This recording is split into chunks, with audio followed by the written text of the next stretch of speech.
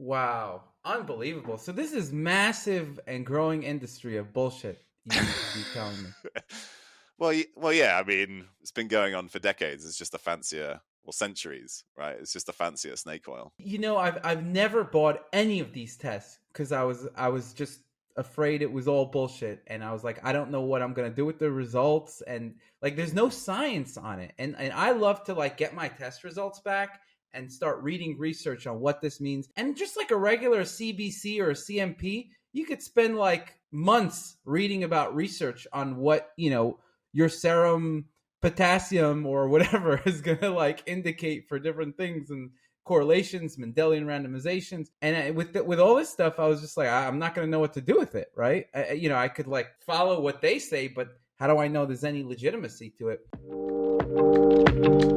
Hey everyone, I am here with Tommy Wood, MD, Ph.D. He's a neuroscientist, an elite level professional nerd who has coached world-class athletes in a dozen sports. He's currently an assistant professor of pediatrics at the University of Washington, where his research interests include determinants of brain health across the lifespan, as well as developing easily accessible and equitable methods with which to track health, performance, and longevity in both professional athletes and the general population. I brought him on today because of his knowledge with lab tests. Thanks for coming on, Tommy. Thanks so much for having me, Joe. It's a huge pleasure to be here. The first question I have is, what kind of labs do you like to track? It's a big question. Yeah, I know. it is. It starts out as a big question, but hopefully it gets smaller. I've done all the tests on myself and a wide range of individuals. I've looked at stool tests, urine tests, hair tests, blood tests from probably thousands of athletes at this point. There's a lot of tests out there, and like these alternative tests that are called that are not accepted in mainstream medicine, let's say. Yeah. And my theory is that a lot of them are bullshit. And so yes, that's where I was going. But great, I'm glad you just put that out there. But I don't know. It's just a suspicion. So that's actually a great area to talk about. I did not expect to talk about it, but if I think you would know about it because you were working with a company that was doing such tests. Yeah. And let's start with something like these organic acids tests. Is it bullshit or is it legit? Just like give me a short answer and a long answer. The short answer is it's mainly bullshit. Okay, that was my suspicion. Yeah, basically, so if people don't know what these tests are, right? It's basically this idea that there are some remnants of metabolism that you excrete in the urine that you can pick up, and it will tell you about things like nutrient status, mitochondrial function, neurotransmitters. And in reality, it's just not true. And I spent a long time banging my head against these, thinking that there was some really useful information in there. And there are people out there who will say, they can look at all these results and come up with some magical answers about all those things, your mitochondrial function and your neurotransmitters. It's essentially tasseography, which is one of my favorite words, which is the fancy term for reading tea leaves. That's essentially what this is. And sounds like astrology. Yeah, exactly. Okay. I had my science team look into it, and they came back with mostly bullshit, maybe all bullshit, hard to know what is and what isn't. There's no science on it. Essentially, that's what they came back with. And I was like, well, maybe there's just no science on it. But is the issue there's no science, or is it's just bullshit, and that's why there's no science? You see the question? Yeah, no, it's a good question. So some of the ideas are grounded in science, but the application is incorrect. Where actually the ideas come from is that some of these markers that you can pick up in the urine are elevated with inborn errors of metabolism, which are genetic mutations in metabolism that you have to pick up very early on in babies so that you can try and mitigate some of their effects. There's good science for that. They do it in babies who have weird and wonderful issues with their brain function. This is something that I work in the division of neonatology as a neonatal neuroscientist. So this is something that is done clinically by my colleagues every day. And in that setting, absolutely, they send urine organic acid tests to look for inborn errors of metabolism. There is absolutely science for that. Okay. Applying those same tests to otherwise healthy adults, who don't have some of these weird and wonderful genetic mutations, and then expanding them so you can look at all the different intermediates of the Krebs cycle in urine. And that's something that's done to look at like ratios of like succinate to fumarate, which is telling you something about complex 2. That's just not true. Like the idea that what gets excreted in the urine is proportionally similar to what's going on in a specific cell type, or that that's even the same across all the cell types in your body, just makes no sense. And I say this as somebody who pretended to be able to do that in the past, and I was wrong. Those tests, like, mostly bullshit. I think there are some things on there that they sort of add that can be useful. So 8-hydroxy-2-deoxyguanosine is a marker of oxidative stress DNA damage. That's a pretty well validated marker, right? Yeah, And yeah, I heard of that. yeah, Exactly. most urine organic acid tests have that. But that's like one marker out of like 100 that they run that's useful. Some companies sell like a cycle mapping test in women. So like you pee on a stick or some filter paper every day throughout your cycle. Doing like hormone levels for testosterone in men in urine, not great, mainly because common SNPs affect whether you excrete testosterone in the same way in your urine. And I've had multiple athletes who like their urine testosterone markers are low, and it's just because they have Gilbert syndrome, which is very common, and it affects how testosterone is excreted in the urine. But for women, looking at estrogen and progesterone in the urine, that's pretty good. So some cycle mapping, if you're doing it in combination with somebody who is, like an OBGYN who really understands, and this is in the setting of trying to improve fertility or something like that, that seems to be reasonably well evidenced. Everything else is pretty much nonsense. I love this because this is exactly what my theory was. I was just like, I think there's probably one or a couple markers in that organic acids test that are legit, and that one I would say I've read research on that, so that would be one of them, and maybe a few others that I don't know exactly which ones, and then I thought probably the rest of it's bullshit. But there's this whole industry of these alternative tests, and I used to have a lot of clients, and they always brought these tests. I'm like, I don't know what the hell to do with these things because there's no science on it, right? Like, yeah. I'm reading science on my conventional markers all day and all night. There's tons of research on it. And I want to talk to you about the Mendelian randomization because that is like, I love that kind of research, right? Yeah. But there's research day and night on lab tests. And with these alternative tests, I'm just like, I have no idea what the hell's going on here. I really have no idea. In addition to that, there are a lot of people have done like split sample tests, right? So I can just to like test out like what's the robustness of these processes. And this is like I know people who've done this with stool tests and urine tests, right? You take the same sample, right? The same poop, the same pee, you put it in two different pots and you send it to the testing company, and you get wildly different results from the same sample. And like, oh Lord, just like the stuff sort of stacks up, again and again. And like what we would have people repeat tests and it would just look completely different and like no idea why. And it's just because there's nothing really in there. Wow. Unbelievable. So this is massive and growing industry of bullshit you telling me.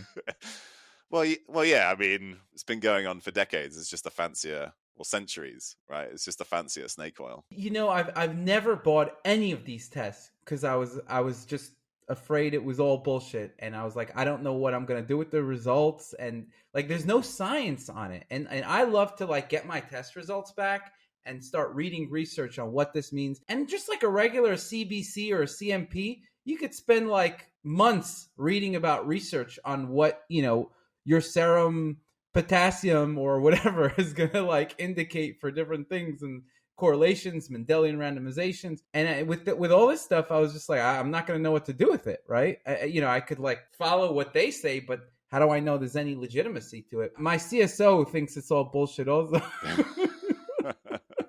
So it's like but anyway, I would say there's probably, first of all, you have the credentials and necessary knowledge, and you really went down this rabbit hole. So if you came out of the rabbit hole and you're like, I went down it and it was bullshit, I regret it or whatever, I made a mistake, like you are the guy to know that. I don't think anybody else that is like legit went down this rabbit hole deep enough to be able to say with certainty that this is bullshit. I'm sure there'll be some, yeah, and like once in a while I'll say something like that, and like one person will like send me an angry email and they'll be like, no, this is all the reasons why you're wrong. And that's, do you know what?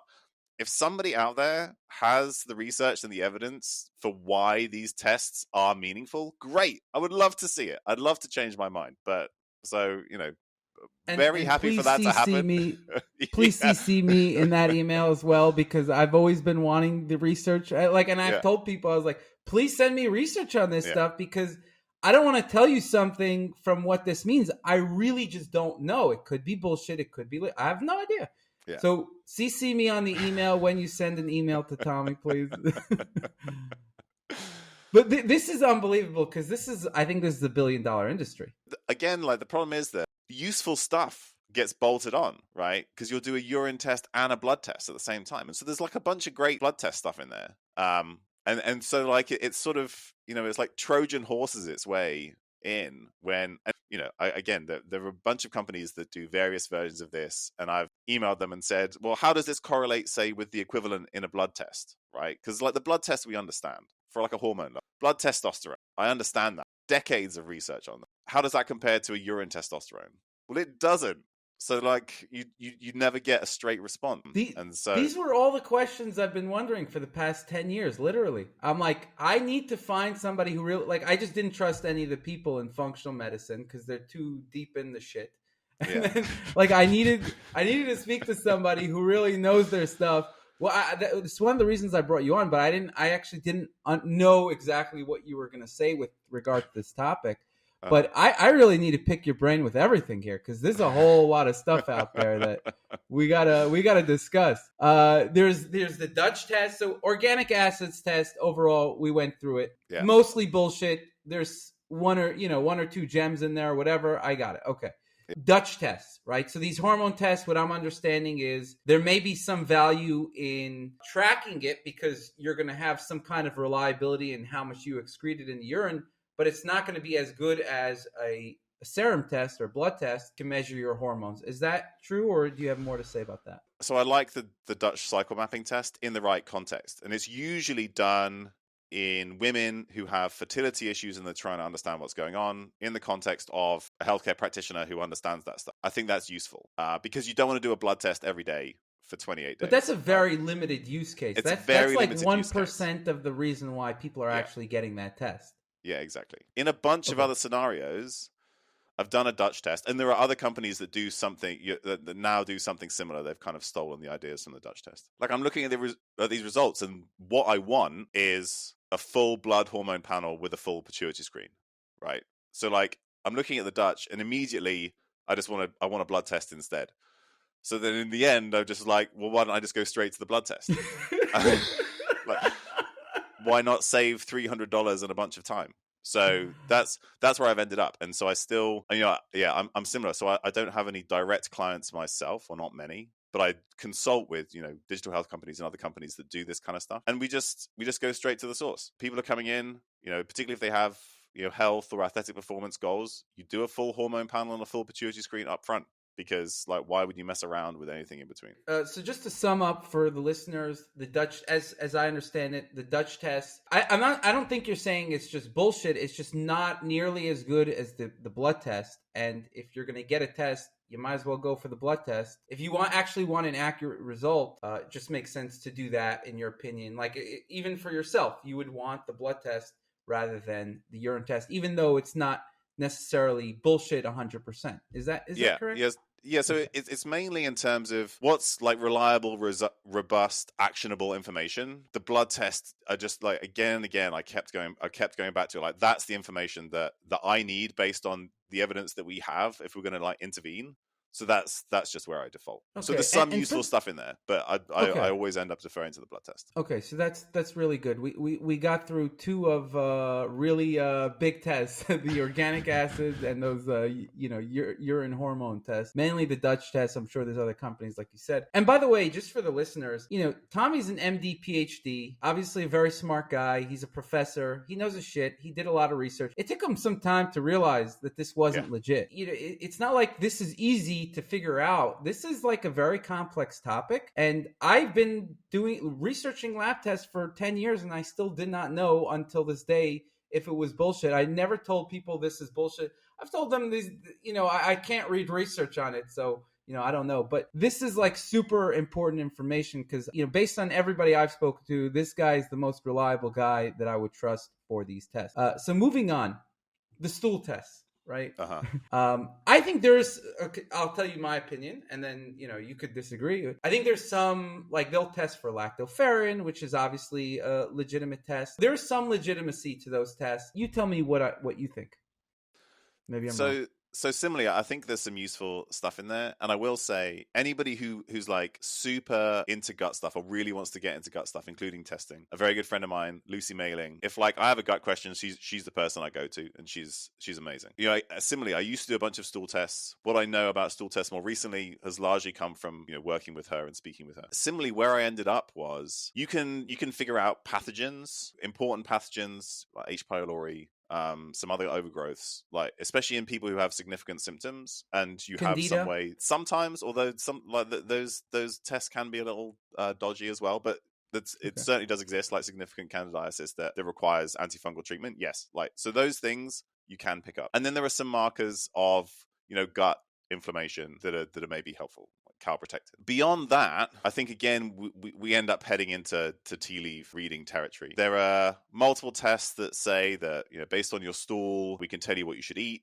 Actually, there was a very nice study that just came out by a company that kind of suggests that maybe that's not the case, even though originally they thought that was the case. So just to tell the story of day 2, because I think it's interesting. So these are scientists primarily based at the Weizmann Institute. They did a bunch of studies looking at individual responses in blood glucose to different foods. These were the first guys to really show that actually, things like the glycemic index are essentially complete nonsense, because you can have 2 different people eat the same carbohydrate-based food and see wildly different glucose responses. And I think that's important information. That's definitely true. Based on like 1,000 people where they did stool tests and did all these blood sugar responses to foods, they created an algorithm that said, based on your gut microbiome, these are the foods that we expect you to have big blood sugar responses to, and so maybe you should eat less of those foods. In a couple of studies in diabetics, they showed that yes, this personalized diet resulted in lower blood sugar responses compared to like a Mediterranean diet. In my mind, if you'd have just gone on a low carb diet, you would have seen the same thing. So I'm not entirely sure that they had the right control group. But anyway, it kind of worked. But then they just did a big randomized controlled study comparing a low-fat diet to this personalized diet, looking at weight loss and some other things. They saw no difference. So if you're in just like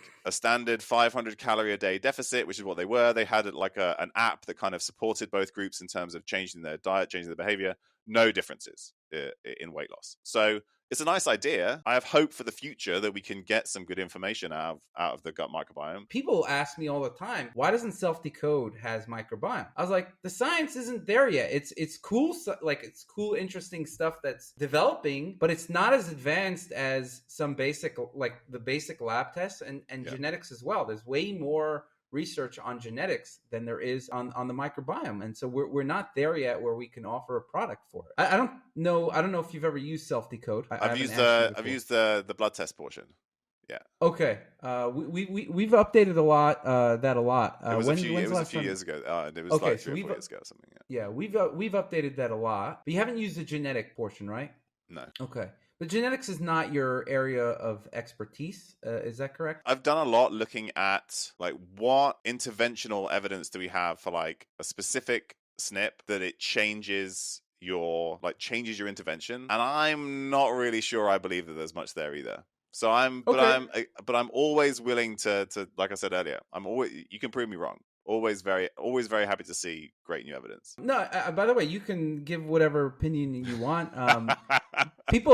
Seriously, but the way we do it is actually different than other companies. So my CSO basically thinks it's mostly bullshit to recommend something based on a SNP. That you can never recommend something based on a SNP unless maybe like there's specific exceptions. But as a rule, you can't do that. So I think you and him and me, by the way, are on the same page. We have polygenic risk scoring. So we look at hundreds of thousands of variants. And what we do is we look at the research and see what are the recommendations that have good double-blind, placebo-controlled trials that actually work, and that don't have, if something has a trial that shows it works and one that shows it doesn't work, they kind of cancel each other out. So we really do look at a very deep dive of the literature, and then we give all of the recommendations from the ones that would have the most impact. And then what we'll do is, if we see there's a study that shows a specific variant that we think either has direct evidence or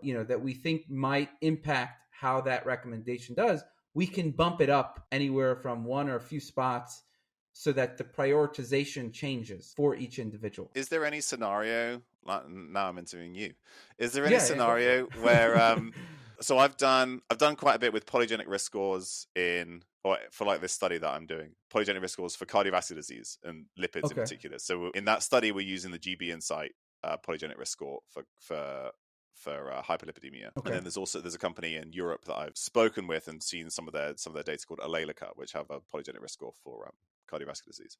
We benchmarked our stuff compared to them, and ours beats them based on what we've done. But yeah, well, it all depends on. Like, none of them are great, because when you then apply the risk, well, at least the ones that I've seen so far, when you apply a certain polygenic risk score to a different population than the one that it was developed in, like, the utility drops off quite markedly. 100%, and that's exactly why we've spent a lot of resources on actually determining people's ancestry. So we have a very good ancestry algorithm that's localized, not like, you're African, but like, or European, like we can tell where you are in Europe, or, where your ancestors were. And we're also, we applied to a bunch of different biobanks to get as many kinds of ethnic data. And we're also getting that ethnic data that we adjust it based on each ethnicity. Right. So that is very important. I'm happy you actually brought that up, because you're right. No, 100%. People don't understand that. So you have a polygenic risk score for like cardiovascular disease. And so I have a good example. Atherosclerosis, let's say. Yeah, okay. right. So atherosclerosis. We have a good one for that. Okay. So there's a couple of published papers that say that if you have monogenic hypercholesterolemia, like familial hypercholesterolemia, versus polygenic hypercholesterolemia risk versus sporadic or no genetic risk for hypercholesterolemia, at the same level of LDL, the risk is highest in those with monogenic FH, which is a little bit higher than those with polygenic, which is then a little bit higher than those with sporadic. So at the same level of LDL, you still have differential risk. So then you are more likely to intervene based on genetics. And I think cardiovascular disease, that specific example, is probably the one where we have the best evidence. Are there other examples that you guys have where that one has the best evidence? I agree with you. That's why we're creating a laboratory developed test, and eventually we want to get it FDA approved, and it's going to be in that area. That one has, because you can treat that, there's good treatments for it early. Yeah. You could say, okay, based on this, we would give statins earlier. And then the idea is who has the best polygenic risk score for it. And then, there's a process to getting that approved. But there's reasonable science out there. And I think the technology is there to basically predict that somebody has this level of LDL cholesterol. But if you have a high polygenic risk, you want to be more serious about it. And I look at myself, for example, I'll just tell you how I do, view it for myself. I'm in the 85th percentile for atherosclerosis based on a polygenic risk score that we have. The way I see it is my LDL is high as well because I'm eating an animal-based diet. And I do that for very specific health reasons that I need to do that for. Food sensitivities, things like that. I just know that, given the same LDL, I'm going to be probably anywhere between like about 3 times higher risk for atherosclerosis based on this. And I need to take this more seriously than if I didn't have this polygenic risk score. I don't kind of view it in like this necessarily clinical, exact, precise way. That is something that needs more and more evidence exactly how much of a clinical effect that's going to have. And so the research is actively progressing in that area. And I'm assuming you're doing something in that area as well, right? There's a bunch of research that's taking place in that. But what I know is that it's more important for me that if my LDL cholesterol is higher, that I need to take it more seriously. Would you say that that's like a reasonable position? I think that's a reasonable position. And there's some nice, there was actually a pretty good paper by Eric Topol a couple of years ago, where we were talking about sort of you integrate genetic risk, and I think it definitely has to be polygenic risk scores with clinical risk, because then, right, at a given level of clinical risk, you increase or decrease your likelihood of intervening based on polygenic risk. And I think that makes perfect sense. So for these you mentioned it's important to do the polygenic risk scoring because people in this industry, there's a lot of consumers that have no idea. There's these companies that are looking at, literally 50 SNPs, 100 SNPs, and they're telling you everything you ever wanted to know about your, every disease and every this, and like, here's exactly what diet you should eat, and here's this. I'm like, to people, this is all bullshit. Like, you cannot do this with 83 SNPs or 50 SNPs or 100. If you're looking at a polygenic condition like atherosclerosis or some kind of cardiovascular or some kind of chronic Alzheimer's, you need a polygenic risk score, unless you're looking at something very specific like ApoE or something like that. But beyond that, you need polygenic risk scores. So would you agree with that? So the thing that I think is even worse than the scenario you described, which is what I've had experience with. And I've had companies who've been in the process of implementing this, and then I've like gone through the evidence line by line and been like, you don't have evidence for this. Like, medical legally, you're going to get in trouble. Like, these are big companies trying to implement this stuff. And it's when you have 30,000 or 100,000 SNPs, and each one individually generates its own recommendation. And then you look at, well, what's the evidence for this specific recommendation? And like, yeah, they'll find some paper so they can cite PubMed. So it's loosely associated. Like, this is associated with some like small increase in odds of diabetes. Therefore, we're going to make you do this. Like, you just can't do that. And like, that's what I think is even worse. They're like, oh, we're best because we test 500,000 SNPs, and like, based on each individual one, we'll give you a record. Like, you can't do that. Like, no, that's absolutely not. Absolutely not. And when they say they test, they're not actually analyze. They're not using 500,000 SNPs in a specific analysis, right? Yeah. So for every polygenic risk score, we tell you how many SNPs we use. It's usually anywhere between 50,000 to 1 million SNPs. And, a lot of people have requested, tell me what my top SNPs are. And what we respond is, there's literally 1 million SNPs here. Like, do you understand? And we ended up implementing the feature just because everybody wanted their top SNPs. So we gave them their top SNPs. But I think, it's like, from a scientific perspective, each of these SNPs has a very, very small impact, and you have to add them all up with these very sophisticated polygenic methods. A lot of misinformation in this industry. Yeah, absolutely. I did. So I wrote a little paper, a little bit about this a few years ago, and it's all just sort of like the basic statistics of these things. And so I looked at the FTO SNP, I looked at MTHFR SNPs, COMT SNPs, and if you look at some phenotype that you care about, so BMI with FTO or homocysteine with MTHFR, like, the thing that you care about overlaps so massively from one to the next. So you could have a very significant, I'm doing, like, anybody who's listening to the audio, I'm doing like air quotes, very significant decrease in your MTHFR function, but 90% of people with that will have a homocysteine which is the same as somebody with 100% function. I think there was like a 2% of the variability in homocysteine level is driven by your MTHFR status, right? It's just like teeny tiny compared to You're right. There is a recommendation for that is legit, though. For example, they have done a clinical... Right, exactly. You know. This guy knows his shit. You know your stuff.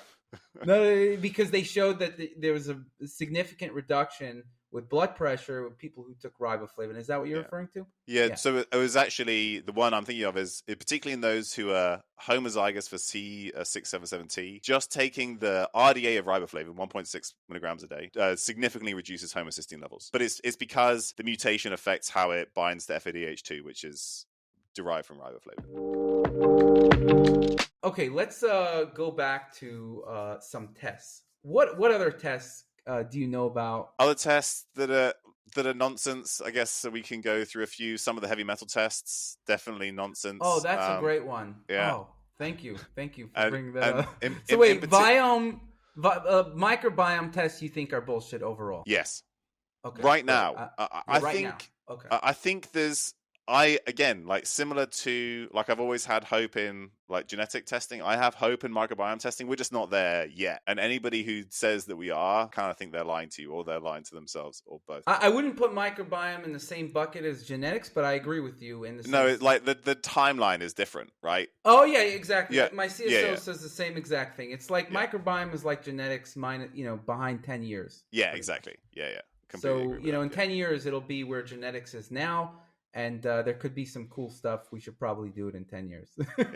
Maybe, or 20. But yeah, maybe we'll end up there. Yeah. Yeah, I agree. Exactly. I agree with that. Yeah. I think the trajectories may be similar. They're just like at different points on the curve. Right. Yeah. And so these heavy metal tests, I guess I just went through one today where somebody did a heavy metal test on the hair. And I'm like thinking, I don't know what to think of this, but please do blood tests. Tell Yeah. me what you think of. There's urine and there's hair. Please tell me what you think of those. It kind of makes sense, right? So in particular, it makes sense for mercury, right? The theory being that there are different types of mercury, right? There's organic mercury and elemental mercury. They end up in different compartments in the body, hair versus urine versus blood, in different proportions. Right, which makes sense because like whether they're either lipid soluble or not, that kind of makes sense. And so then like people might recommend, well, you do a urine test and a blood test and a hair test. I've never seen good evidence that that's necessary. Often what happens, and so this is my least favorite thing about urine heavy metal testing, is that you do a provoked test, which means they give you some kind of chelator that sort of concentrates the heavy metals in the urine, but then their normal range is based on an unprovoked test. Basically, the test is designed to give you a positive result, and so then you can your functional medicine practitioner can prescribe you chelators or whatever, make you worried about something. So I love that's the worst part of heavy metal I love testing. this. I think. I love this because literally I told the same thing. I was like, I wonder if there's anybody who doesn't get high levels after you collate this. Like, it's pretty much just like, oh, we collate it. You got heavy metals. It's time to treat it, right? Yeah, exactly. So that's the urine, like provoked urine, heavy metal tests, big no. And I think blood tests are, there's some nice data on like blood lead and cardiovascular disease, Alzheimer's disease risk, right? We can't prove causation, but I think the associations are strong enough that we should be concerned about that. Another thing, IgG allergy tests.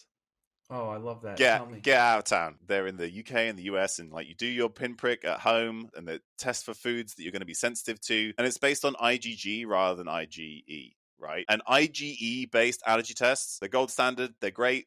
Get them done by a doctor who knows what they're doing. Fine. IgG, as it is raised against foods, is part of a normal adaptive response. So when you do an IgG-based allergy test or intolerance test, the foods that you will see coming up against it that are positive are the foods that you eat regularly, and that is a perfectly normal thing. What happens is it's like, oh, look at all these foods that I eat that I'm intolerant to. I'm going to stop eating those. That is exactly the opposite of what you should be doing, because you're like and then what will happen is you'll eat a whole bunch of different foods, and then you'll test again, and oh look, these are the ones that now I'm producing IgG against, because it's part of a normal adaptive response to eating food. Because every time you eat, the permeability of the gut increases slightly. It's normal. It's just like a part of the process. There are things that make it worse, and your general health makes it worse. And yes, I believe that pathological intestinal permeability is a thing. But in this setting, small increase in intestinal permeability as you eat, perfectly normal. And your body adapts to that and responds to that to make sure that you're getting appropriate immune responses or not. And part of that is producing IgG. And that's what you're testing with those tests. And in your practice, like you seeing clients, you notice that as well? Oh, yeah. Again, like just all the time. And then, again, I work with some companies that, some testing companies. As one, Thriver in the UK I work with. They do some at-home blood tests and some other things. And at one point, recently we were like, well, let's revisit, what can you do in terms of allergy testing? And so I went through it all again. Like, what's the evidence for IgG? And like, the evidence that there is that raising IgG against the food is probably a good thing. It's like a good adaptive response to the foods that you're normally eating. Right, because that IgG actually creates the tolerance to those foods. Now, another big hot potato. I'll keep throwing hot potatoes your way.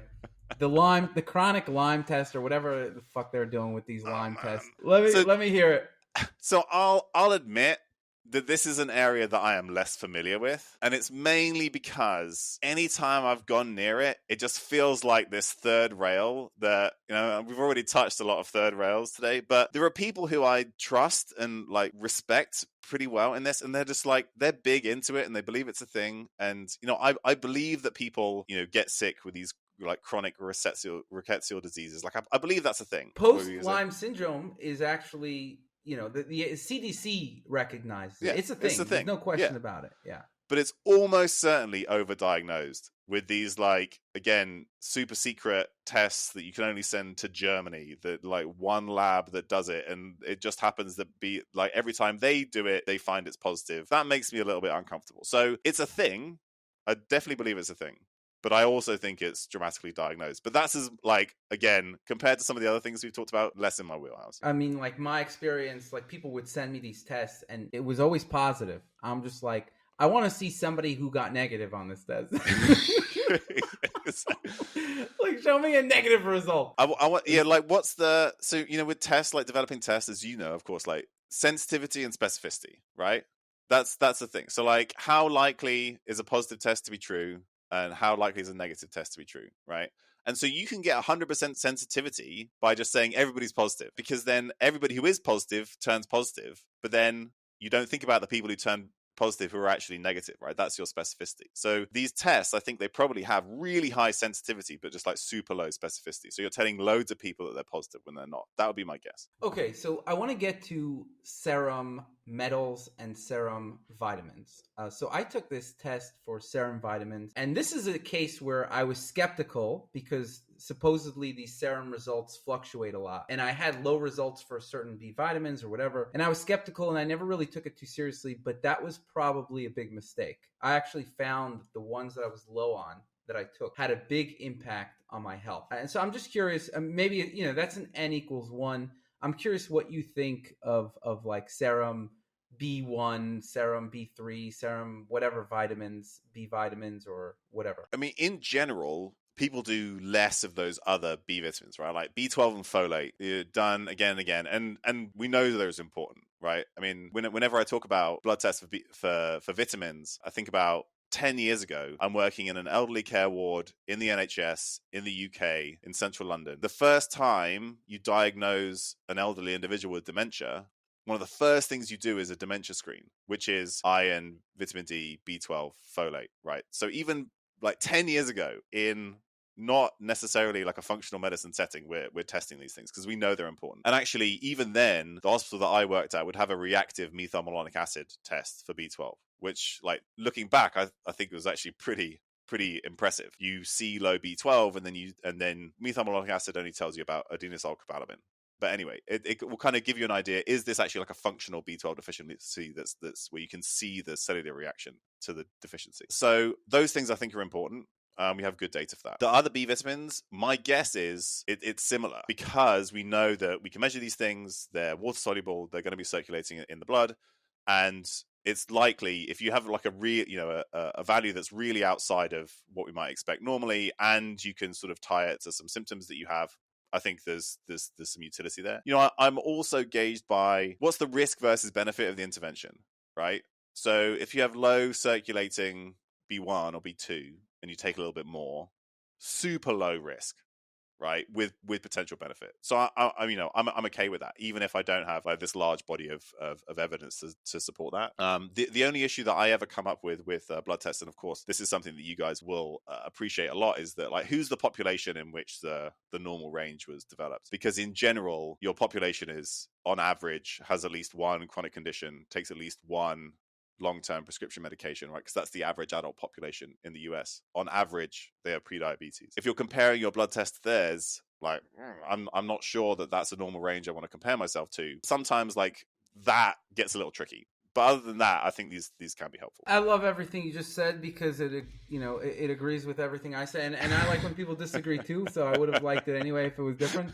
But like what you said about the B12, the B9, the methylmalonic acid, there's good research on that. My experiment with these it was significantly low, the B1 and B3 on these blood tests, and I took him. Like, I do individual dosing to really experiment. It was like, these were game changers. B1 and B3 were game changers. Like, it was super noticeable how deficient I was. And again, I was very skeptical in the beginning. I thought, like, what is this blood test? I don't know. But it really, in the end, like, for me, it was, and like you said, what's the harms? And so I actually didn't take B3 niacin for a while, because there is some harms with that. Right. Mm-hmm. Yeah, it stresses the methylation system, and it's also, like, the flush is pretty gnarly if you take a decent dose of niacin. Correct. But, yeah. So I didn't take it for a really long time, but that was a big mistake, because there's actually good research. One thing that I noticed is that my phosphorus was high. And I read this study that showed that low-dose niacin can reduce phosphorus, like 100 milligrams, can reduce phosphorus very significantly. And I took low-dose niacin. I took a blood test a week later, and it went down significantly, which is, I think it's like almost, it's a good indirect proxy of that niacin deficiency. Plus, there was 10 other factors that I was looking at that all converged along this niacin deficiency. And so that was like a game changer. And so was the thiamine. And something very interesting was that I was getting like 4 times the RDA of niacin. That's also why I never touched it. I was like, how could I be deficient in this if I'm getting 4 times the RDA? Right? It doesn't make any sense. And the same thing with B1. I was like, I'm getting like 4 or 5 times the RDA. I was still deficient. Like, it's very clear now, and I know those signs when I'm like not getting enough thiamine or niacin. And it was just like, this is unbelievable. Like, I don't know, these RDAs are bullshit for me. Like, again, like RDAs are pretty tricky in general, like, because of the way they're developed, the population they're developed in. I think they have some utility, right? Like population health level, but for like telling one individual whether they're eating the right amount, we don't really have much evidence for that. So yeah, like kind of useful at a high level, but maybe less useful at an individual level.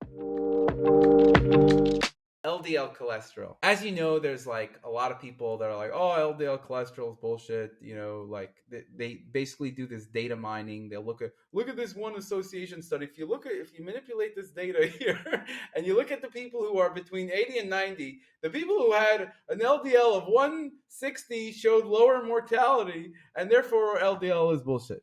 Tell me what you think, and maybe you agree with it. I don't know. It's actually interesting because I run this sort of international student journal club, and one of the students yesterday, he gave a presentation on alternative hypotheses for cardiovascular disease, which is obviously directly relevant to this. That is true. Like, we've seen it in multiple data sets that once you get older individuals, those with higher total and LDL cholesterol live longer.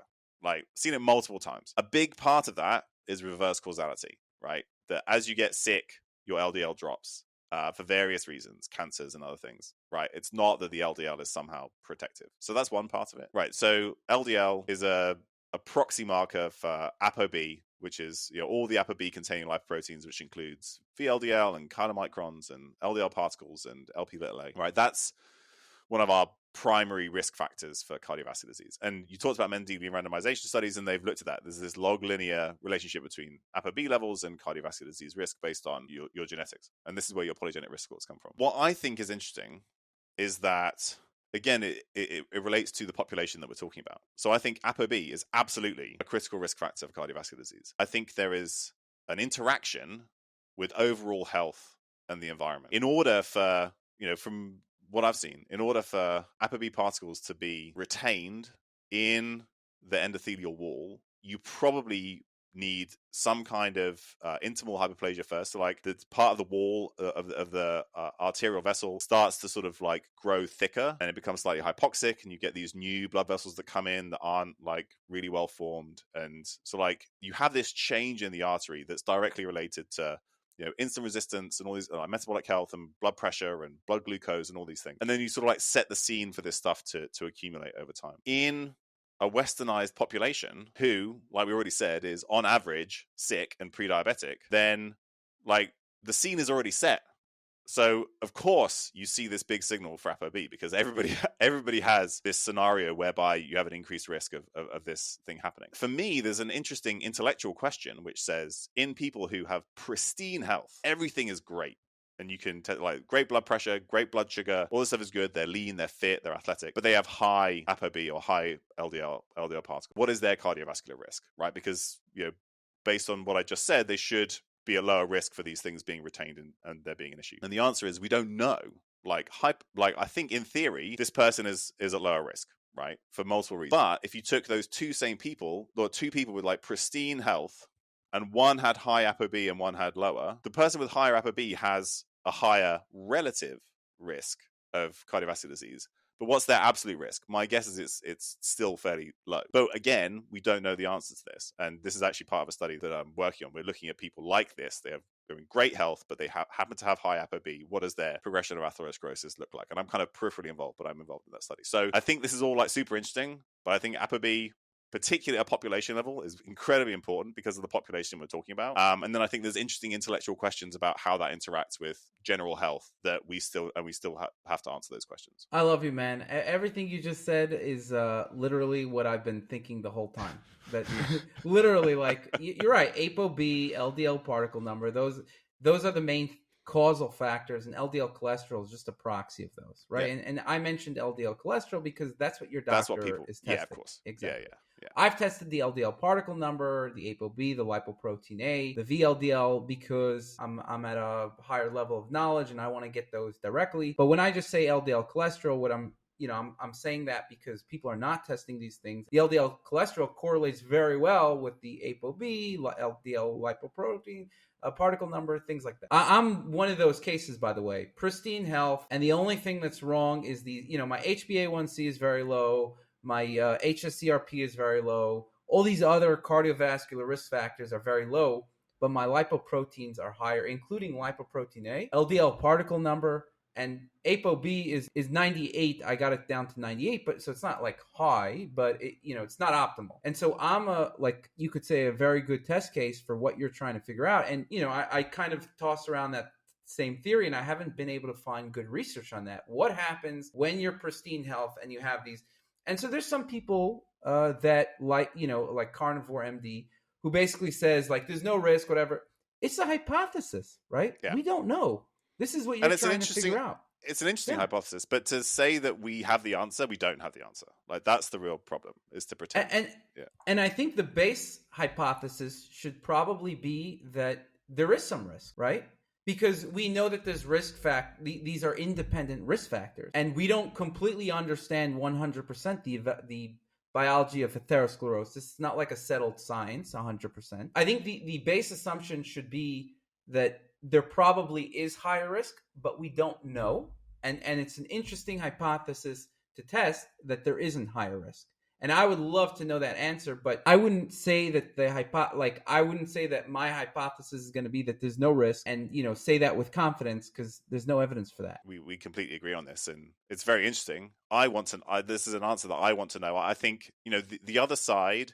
There are people who say that your metabolic health doesn't matter. All that matters is getting your ApoB lower.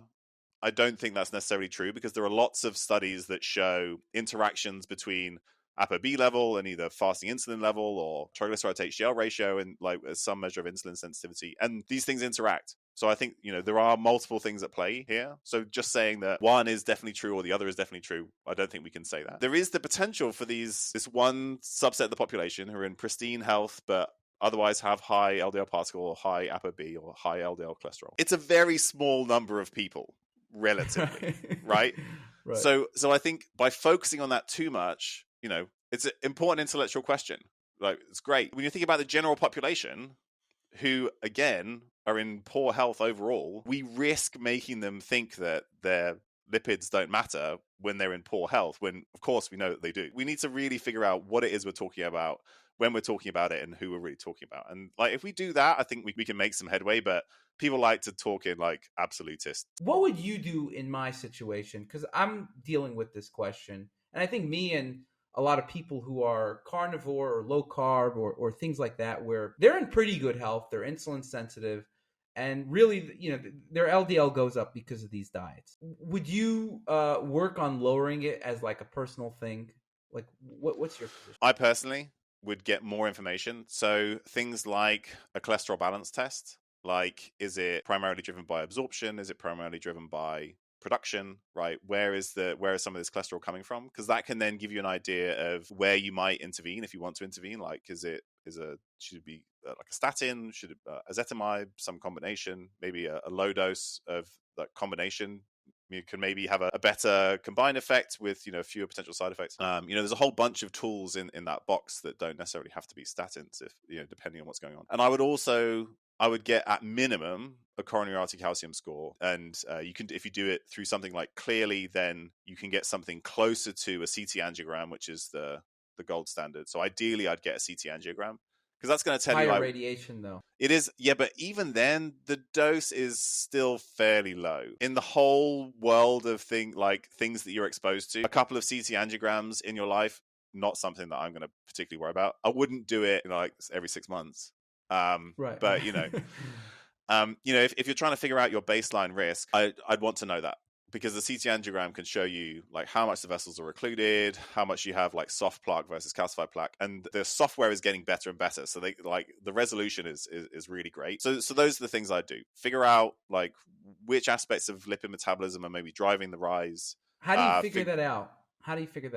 Yeah, so if you look at stanols versus desmosterol, you can see so this is Boston Heart does this test, the cholesterol balance test. These are intermediates in pathways, either from cholesterol or phytosterol, like plant-based phytosterol absorption from the gut versus endogenous production, because like different people will be like hyperabsorbers, right? So this is actually just like cholesterol that's coming from the diet that you're absorbing versus people who are going to be producing more of their own. And that's mainly important if you plan to intervene, because you might tinker your intervention.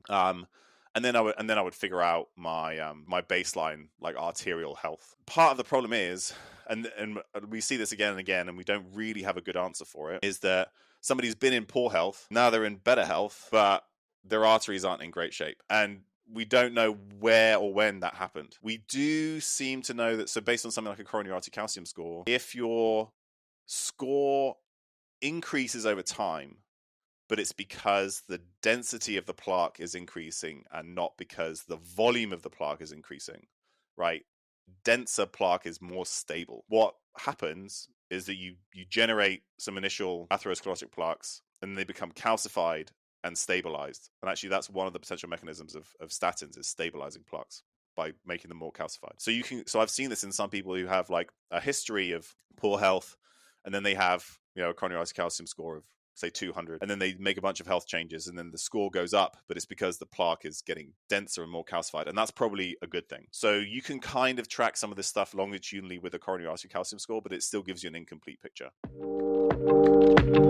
I want to ask you, like, are there any labs that you're trying to get in an optimal range? Right. So I guess the test that I would most frequently test in myself and others, just like as a baseline, were all the things that you've mentioned. So a CBC with differential, a CMP. Like not everybody does a gamma GT. Like I would include that. So, like the basic electrolytes, and then basic lipids. I think a reasonable idea of your LDL and your triglyceride to HDL ratio, particularly as somebody of Northern European heritage, where the triglyceride to HDL ratio seems to be most useful. Maybe SHBG and a total testosterone, vitamin D, those things. That's probably like the core, and maybe we could expand out a bit from there. But that's most things. And so I think blood sugar control. We didn't talk about like HbA1c. Blood sugar control, I think, is relatively important. And then I think there's a whole bunch of stuff that we'd get out of the CBC, particularly around red blood cells, so hemoglobin, mean corpuscular hemoglobin. I think it's difficult to talk about optimal, like I've already said, but I have some thresholds in my mind that are based on sort of like hard outcomes in large scale population data that I think are worth aiming for. And so those that and again, based on some of these sort of more simple markers, and those are the kind of things that's the first thing I would always get done. I sent you a link of all the lab tests that I check for in the email. And I'm just curious, just like scan through it. I'm curious if you think any of them I shouldn't be doing, or it's like nonsense, or why are you doing that, or I don't know. That is good. And maybe it's a list for you to do as well. Like if you think it's no. So a lot of this stuff, So a lot of this stuff is stuff that I would do, but that I forgot to mention. So fasting insulin or a C-peptide, definitely useful. Iron studies, iron and like ferritin, super important, particularly in men as they get older. That's great. CRP, another good one. I would definitely do that. I talked about homocysteine before. I would definitely do homocysteine. I wouldn't always necessarily do the full like lipid panel like you have here, like ApoB and that kind of stuff, because once you've done it once, you probably know where your proportions lie. Like I know that I probably have slightly higher LP little a. That probably makes up a little bit of my ApoB, and that's unlikely to change because that's largely genetically driven. No, but actually, I want to say something about that. My LPA I've been tracking since 2012. I've taken 4 tests for it. At one point, it was, and I have the sheet here. Let me just bring up my results. And you're right. Like the research says like, oh, it's genetic, this, that, and the other. But my LP little a, basically, I'll tell you the exact numbers. It used to be 17 in June 2012. And then in 2019, it went to 42. Then in October 2022, it went to 51. And I just did another one, and it was 70. All right. Like a month climbing. Later. Yeah. So like I agree based on the research, this doesn't really change. Bullshit for me as an individual. Tested and confirmed, not true. Yeah. And I Well, was taking a lot more olive oil between the last two tests, and then I read this study that showed oleic acid can actually increase lipoprotein A. I don't know. Is that what it was? Yeah. I didn't know that. Yeah, that's very interesting. And well, I guess you'll get a lot of oleic acid if you're eating a lot of animal fats as well, right? Because Yeah. that's the predominant fat, But animal fats. based one of the things I wanted to do was like lower my blood urea nitrogen, like my urea, and because I was eating a lot of protein, and I'm also working out, and so I said, okay, let me include more olive oil, and so I upped my olive oil. The LPA just shot up like crazy, and I was like, what the hell is going on here? Like, can't be olive oil. So I'm like looking up everything that I was doing differently. And the only thing I was able to find was the olive oil. And I'm not saying, by the way, there's contradictory studies. Like, I think a majority of them found that it increased, but it's not by any mean like a settled science. But it seems to be that was the main difference that I did. And that was the effect. So did you stop there, taking other supplements? Because L-carnitine, vitamin C, NAC, and niacin can all decrease Lp(a). Sometimes it has to be massive doses for it to make a big effect. And there's also like single case studies and small trials, so it's nothing like really massive. But if you stop taking a supplement of any of those, that could be it as well. 100%. I looked into that as well. So I was taking vitamin C, and I was still taking vitamin C, and I wasn't taking NAC before or after. The L-carnitine, I was thinking about that. I may have not taken it the day or a couple days before. That is something I was thinking about, but I also wasn't taking it all the times before, or when it was 17 and 42. So it could have had an influence. I'm not saying not. Maybe that, and when you look at the research, it's not like a massive impact. So Yeah, it's not something no, that will increase it. unless it's at massive doses, like massive doses of niacin in like in individual case studies. So like, yeah, Yeah. that's unlikely to have a huge effect. So I was taking. Well, I'm talking about the carnitine. I was taking 500 milligrams, and maybe I didn't take it a few days before. That's not that much. Potentially. That's not that much No, carnitine, though. no. So and what you see in the research is like maybe 8 points or something. I don't remember exactly, but I don't think it was the carnitine based on just the history and things like that. It could have been like maybe 8 points or whatever. I don't know, but I think it was the olive oil, and I have to confirm it. I'm not, it's just theories that I think maybe did it. But I just wanted to stop you there. That like maybe I agree in the research. It seems like it's not that dietary related, but for me, it is. You have a very extensive hormone panel. I wouldn't frequently do all of those. I agree. I'm not testing all of them there's frequently. all of these are things. So particularly if somebody comes in first, like the first time I do their test, I would do most of these, and the reason is because what happens is you get a test that's off, and the first question is, oh, but I need to check the upstream hormone, right? So like a number of times, it's probably 4 or 5 times now, I've had male athletes come in, and they have recovery issues and some other things, and their testosterone's low, and they've been working with these other practitioners doing a whole bunch of stuff to try and increase their testosterone, and then we end up doing a full pituitary screen and they have high prolactin and they have a prolactinoma or a microprolactinoma. And that's happened enough times for me to say, now every time, the first time I see you, if I'm going to test your hormones, I'm going to do a full pituitary screen, just because I don't want to like mess around when there's something more important that you need to go and see a neurosurgeon for to fix. And like particularly if people have a history of concussions and they might have some kind of pituitary dysfunction because of that, right? So a lot of this stuff I would do up front, but wouldn't necessarily repeat a lot of times. What do you think about like some of the ones that I want to test I haven't tested yet? Plasminogen activator inhibitor 1, Pi1, von Willebrand factor, fibrinogen, NT-proBNP, and then circulating amino acids. So I've been reading tons of studies on circulating amino acids and a whole bunch of different Mendelian randomization studies. So that's kind of why I'm interested now. We have genetic predispositions and self-decode for all these things, but I'm curious, like, would you get these tested? Most of the ones you list there, PA1, von Willebrand factor, fibrinogen, NT-proBNP, right? These are mostly cardiovascular disease related. Which is what I'm worried about, right? Yeah, and so fibrinogen, we know that elevated fibrinogen is a risk factor for cardiovascular disease. There's almost certainly like a thrombotic, blood clotting aspect of cardiovascular disease risk. So, I think testing those at least once, or maybe multiple times if you intervene, it can be useful. It's not done routinely, but again, there's evidence to suggest that these are important as part of that process. NT-proBNP is usually used as a marker of heart failure, so some kind of like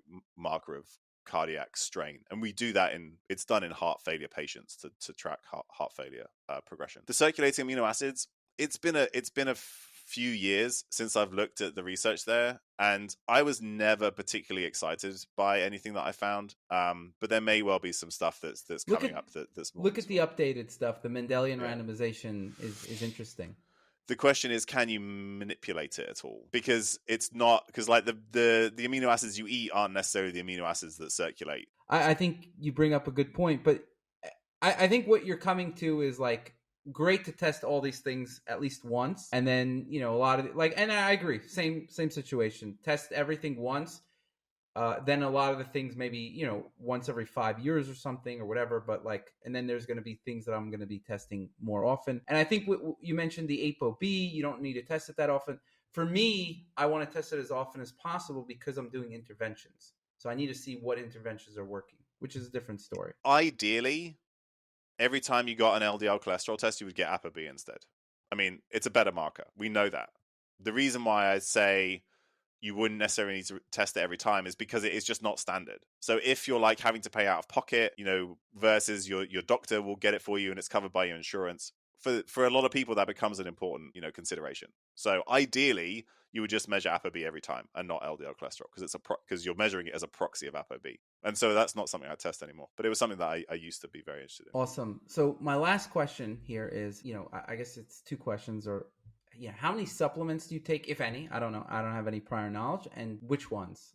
Or if you take a lot, tell me the top ones. I guess now that it's winter, I'll take vitamin D, but I'll test my levels, and usually when I test my levels, I'll also test PTH if I can to figure out whether I'm in the range that for me. Then I take creatine all the time. Creatine is my number one supplement that I think everybody with a brain should take. Even if you eat a lot of meat? Yeah.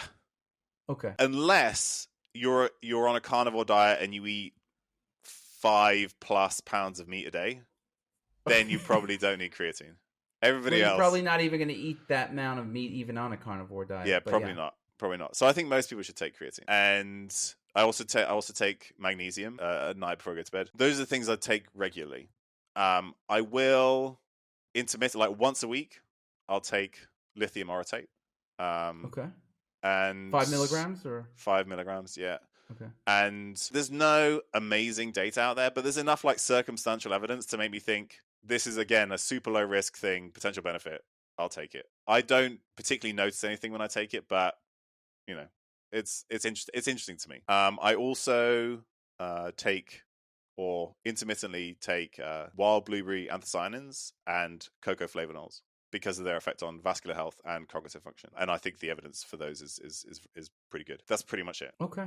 Interesting. Okay. Yeah, I take all those things that you mentioned. But I take a lot of supplements, probably way too many, but I'm a living experiment over here. I think you have a lot of great knowledge, and it's clear that I like how your brain works and how you have this mix of skepticism but also open-minded, which is how I am.